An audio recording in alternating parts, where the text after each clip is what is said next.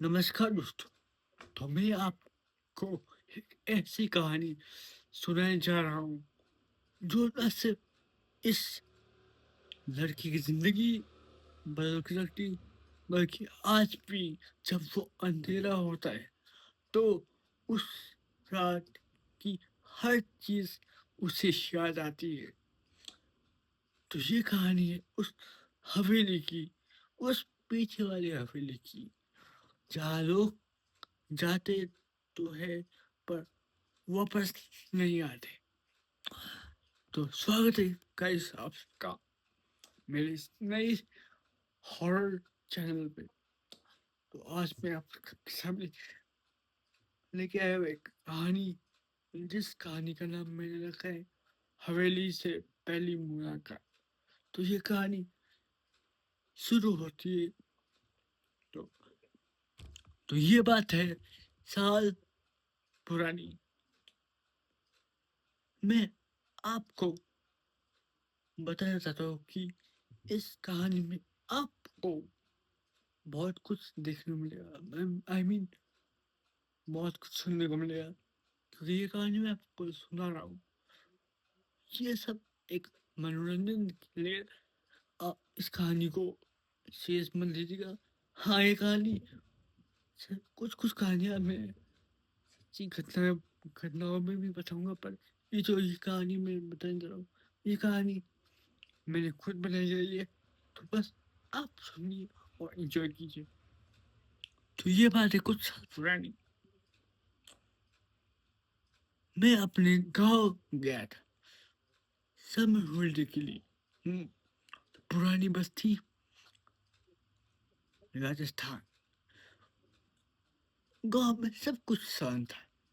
होता नहीं जैसे कुछ ऐसे गांव होते जहाँ पे आज भी लोग जाने से डरते हैं कि वो गाँव एकदम सुनसान होता है।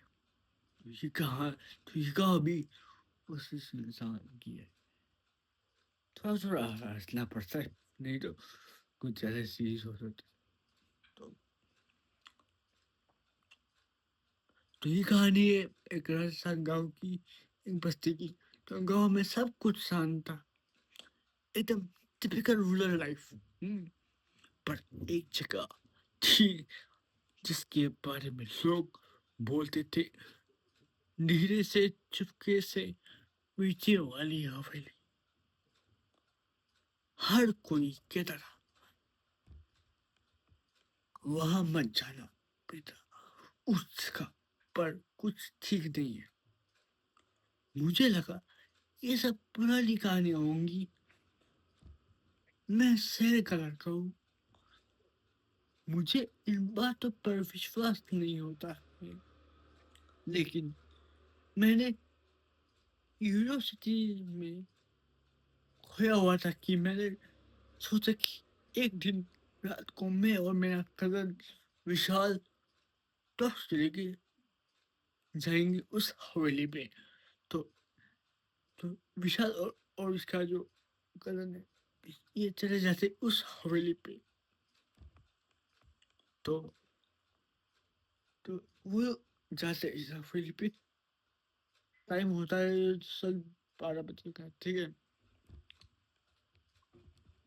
गेट खुला था, बिना किसी आवाज के वो दोनों अंदर गए। पूरा अंदर अंधेरा था, दीवारें जली हुई थी। हम्म, सीलिंग से पूरा मकड़ी का चाल नजर रहा था। पर एक चीज बहुत अजीब थी, उस हवा में एक गंदी सी बदबू थी, जो आप सब अगर सूंघोगे आप सब भी बोलोगे बहुत गंदी बदबू है। जैसे कुछ सड़ रहा हो, कुछ सड़ रहा हो, जैसे किसी की लाश हो।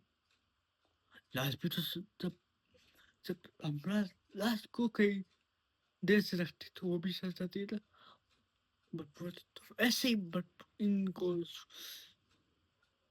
सुनाई दे रही थी। तभी एक कमरा खुला, वो भी अपने आप, और अंदर एक दिया जल रहा था। कोई था नहीं, पर दिया जल रहा था। दिए के नीचे लिखा था, खून से वापस जाओ, अभी भी वक्त है।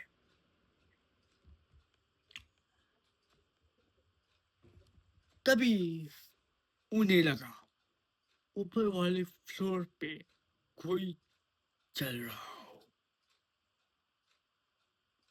विशाल ने टॉर्च मारी और उन्होंने देखा एक औरत, ठीक है, एक औरत व्हाइट साड़ी में खिड़की के पीछे, पर उसका चेहरा पूरा ब्लर था, जैसे कोई बॉर्न फोटो हो।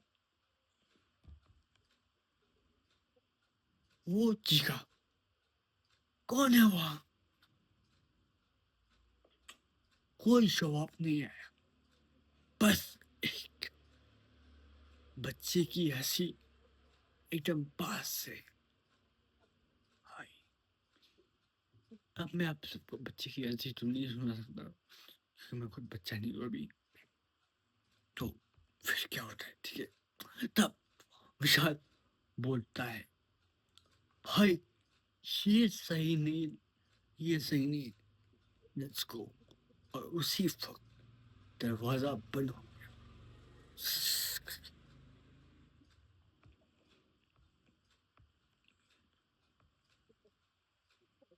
दरवाजा पे जोर से कोई मारने लगा, कुछ नहीं हुआ। विशाल चिल्लाता था, पर फिर विशाल चिल्ला रहा था, पर उसकी आवाज धीरे होने लगी। उसने देखा, उसकी आंखें उलट गई थी, मतलब विशाल की आंखें उलट गई थी। हाथ ठंडे हो गए, उसका चेहरा जैसे किसी और का हो गया हो। उसने सिर्फ इतना कहा, वो आग में है, वो मुझे बुला रही है। पता नहीं कौन विशाल को बुला रही है। वो कुछ समझा नहीं, या कुछ समझ ही नहीं पाया। फिर उसे लगा किसी ने उसको धक्का दिया।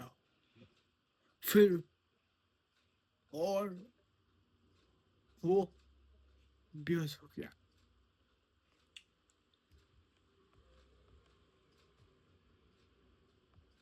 जब होश आया, ठीक है, जब होश आया तो अब मैं इस इस लड़के का नाम रिवील कर लो। जब होश आया रुद्र को, तो वो हॉस्पिटल में था। 2 दिन बाद विशाल कहीं नहीं था। पुलिस ने सर्च किया, विजिटर्स ने देखा, पर उसका कोई निशान नहीं मिला। बस उस हवेली के अंदर, उस दिए के पास एक जलती हुई साड़ी मिली थी। लोग कहते हैं उस हवेली में एक औरत को उसके पति ने जला दिया था, और उसका बच्चे भी उसी रात मर गए। उनकी आत्मा अब भी वहां घूमती है, और जो भी उनके करीब जाता है वो वापस नहीं आता। तो यही है आज की कहानी। तो ये कहानी मैंने खुद लिखी है, और आपको अच्छी लगी तो इस कहानी को लाइक कीजिएगा, शेयर कीजिएगा और सब्सक्राइब कीजिएगा। अगर अगर मैं आपको एक बात बताऊँ, ठीक है, अगर आपको लगता है कि आप बहुत हिम्मत वाले हैं, तो एक बार उस हवेली के पास जाके देखिएगा, शायद आप भी वापस ना आइए, ना आ पाए। डोंट वरी, ये कहानी एक फिक्शनल है तो, पर आप सबको कैसा लगा मुझे कमेंट करके बताइएगा। तो मैं आप सबके सामने और एक डरावनी हॉरर कहानी लेके आऊँगा जो आपको एक थ्रिल का माहौल देगी। तो तब के लिए शुभ रात्रि, शुभ रात्रि, शुभ रात्रि।